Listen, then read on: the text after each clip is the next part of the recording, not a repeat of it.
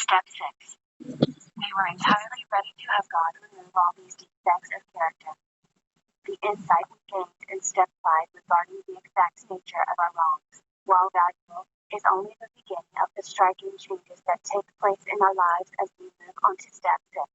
The admission we made of the nature of our wrongs, our character defects, is necessary if we are to be ready to have them removed. Deeply shaken by our part in the past, we can expect our attitudes to be profoundly changed by working the 6th step. Although some of us have not understood the critical importance of the 6th and 7th step, they are essential actions that must be taken if we expect to make any significant and lasting changes in our lives. We cannot simply say, "Yes, I'm ready. God, please remove my defects," and go on to Step 8.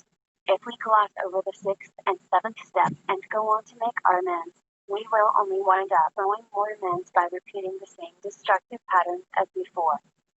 The lifelong process of the 6th step is just that, a process. We've started the process of becoming entirely ready, and we will strive to increase our readiness throughout our lifetime. Our job is to become entirely ready and to open our hearts and minds to the deep internal changes that can only be brought about by the presence of a loving God. We've already had experience in the 3rd step of what we must do now in the 6th step. Just as we surrendered our will and life to the care of a power greater than ourselves because we could no longer go on managing our own lives, we now prepare to surrender our defects of character to a loving God because we have exhausted our attempts to change on our own willpower. This process is difficult and often painful. Our growing awareness of our defects often causes us pain. We've all heard the expression ignorance is bliss, but we are no longer ignorant of our character defects, and this awareness hurts. All of a sudden, we'll notice a wounded look in the eyes of a friend after we've acted on one of our less endearing traits. We'll hang our heads in shame, mumble an apology, and probably beat ourselves inwardly for being so callous one more time. We feel sick inside, knowing how our actions adversely affect the people in our lives. We are sick and tired of being the people we have been, but this feeling compels us to change and grow. We want to be different than we have been in the past, and the good news is that we already are. Being able to see beyond our own interests and being concerned about the feelings of others are striking changes, considering that our raging self-obsession is at the core of our disease. We are likely to feel very frustrated as we notice that our defects are getting in the way of our recovery. We may attempt to suppress them ourselves by either denying their existence or hiding them from others. We may think that if no one knows about them, our more unattractive characteristics will go away. What we must do, rather than try to exert power and control over our defects, is step out of the way and allow a loving God to work in our lives. One part of this process involves becoming responsible for our behavior.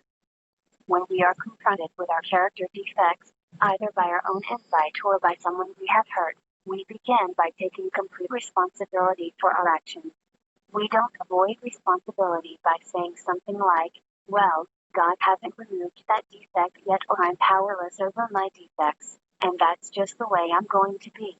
We accept responsibility for our behavior, good, bad, or indifferent. We no longer have our drug use or our ignorance as an excuse to be irresponsible. When we will honestly admit our wrongs, we find humility. The humility we experienced in Step 5 grows as we again sense our humanness and realize that we are never going to be perfect. We accept ourselves a little bit more, we surrender, and our willingness to change increases dramatically. We have already experienced remarkable changes in our emotional and spiritual nature through our continuous efforts to live by the principles contained in the previous steps. Despite our lack of familiarity with the realm of the spirit, we must remember that, in steps 1 through 3, we were given the basic tools we need to negotiate the path of recovery. We carry within us the honesty it took to make our initial surrender, the faith and hope we developed in coming to believe in a power greater than ourselves, and the trust and willingness required from us when we made our decision to turn our will and lives over to the care of God. Our hearts were touched by the humility of believing in that power. On this spiritual foundation we lay the principles of commitment and perseverance as we work the 6th step. We need the willingness to make a commitment to pursue our recovery despite the continued presence of character defects in our lives. We mustn't give up, even when we think no change has taken place. We are often blind to our own internal changes, but we can rest assured that what's happening inside us is evident on the outside to others. Our job is to keep on walking, even though it may feel as though each step requires more strength than we can muster. No matter how difficult our progress, we must persevere. We can make use of the sheer grit and tenacity it took to maintain our active addiction by being steadfast and strong in our efforts to sustain our recovery. Having written our inventory and shared it with ourselves, the God of our understanding, and another human being, we've become aware of our defects of character. With the help of our sponsor, we write a list of those defects and focus on how they manifest themselves in our lives. Our character defects are basic human traits that have been distorted out of proportion by our self-centeredness, causing enormous pain to us and those around us. Take a defect, such as self-righteousness, for example, and imagine it in its normal, uninflated state, confident belief in one's own values. Strong, confident, and well-rounded people have formed values and principles to live by and believe deeply in their rightness. Such people live what they believe and share those beliefs with others in a non-critical way when asked. Confidence in our beliefs is essential. Without it, we would be wishy-washy, unsure of our decisions, and probably somewhat immature in our dealings with the world. Confident belief becomes ugly self-righteousness when we insist that others live by our values. Attempting to enforce our insistence by manipulating or exploiting others makes this defect even uglier. Or consider fear. The absence of fear in the face of a personal attack, catastrophic illness, or potential injury would signal insanity rather than serenity. We all had fears of being alone, of not having our physical needs met, of dying, and many others. But when our fears become obsessively self-centered, when we spend all of our time protecting ourselves from what might happen, we can no longer deal effectively with life in the here and now. As we work step 6, bridging the vast gulf that lies between fear and courage requires a great deal of willingness and trust on our part. Our fears of what we will be like without relying on the destructive behavior of our past must be overcome.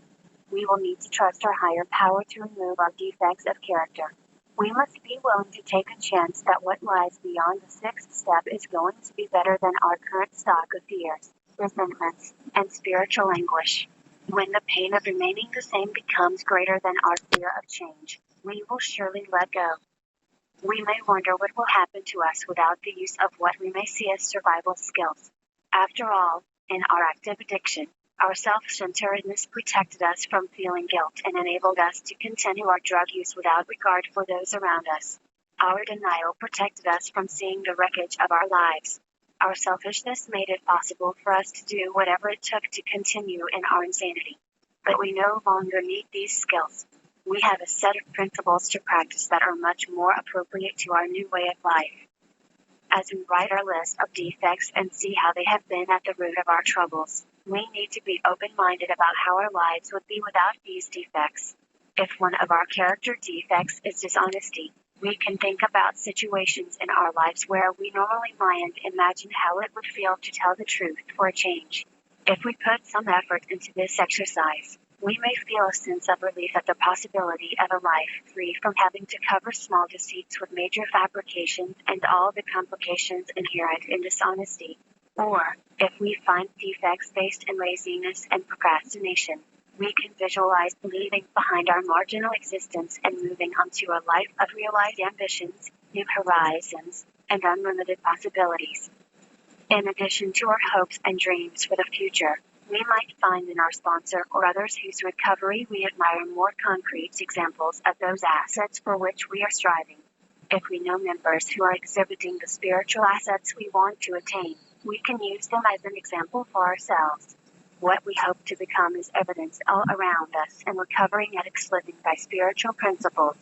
Our sponsor and other members share the freedom they have found from their defects of character, and we have faith that what happened for them will also happen for us.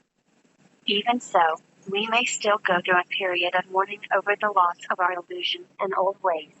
Sometimes giving up those outdated survival skills feels like giving up our best friend. We do, however, need to surrender our reservations, excuses, rationalization, and self-deceptions and go forward into recovery with our eyes wide open. We are completely aware that there's no turning back, because we can never forget the miracle that's begun to happen to us. Our bruised and battered spirits have started to heal in the course of working the steps. Part of the process of becoming entirely ready involves practicing constructive behavior.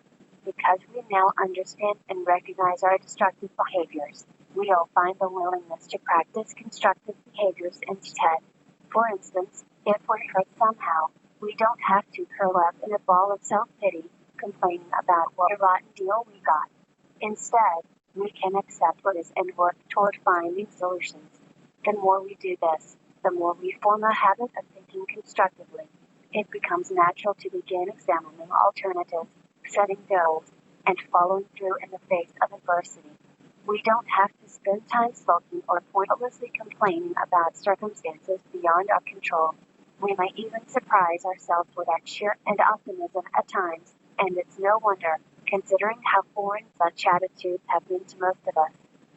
There may still be times when we feel that entirely too much is being asked of us.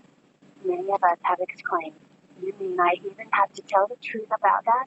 Or if only I could still lie, steal, or cheat, it would be so much easier to get what I want." We are torn between the unprincipled ways of our addiction and the character-building principles of recovery. While, at first glance, it may seem easier to manipulate outcomes or avoid consequences, we know that we cannot afford the price we would have to pay.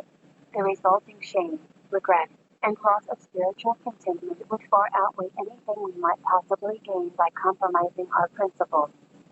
Through upholding the principles of recovery, we seek a life of harmony and peace.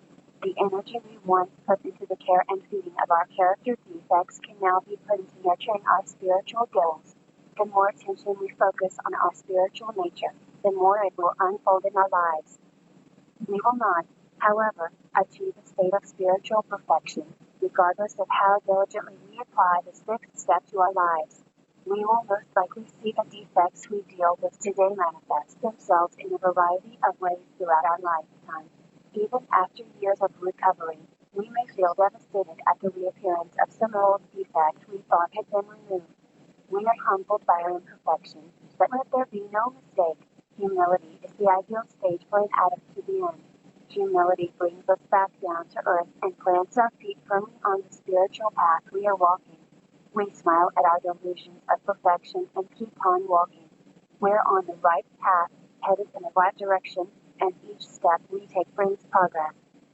We gain more tolerance for the defects of those around us as we work this step. When we see someone acting out on a defect that we have acted on ourselves, we feel compassionate rather than judgmental, for we know just exactly how much pain such behavior causes. Rather than condemning the behavior of another, we look at ourselves. Having experience in accepting ourselves, we can extend compassion and tolerance to others. We ask ourselves if we are entirely ready to have God remove all of our defects, every single one. If any reservation exists, if we feel the need to cling to any defect, we pray for willingness.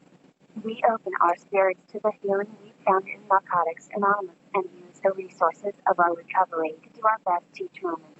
Although the process lasts a lifetime, we only live in the present day. We've taken a giant step forward in the process of recovery, but it must be followed with another to be truly lasting. With the readiness we have at hand today, we go on to step 7.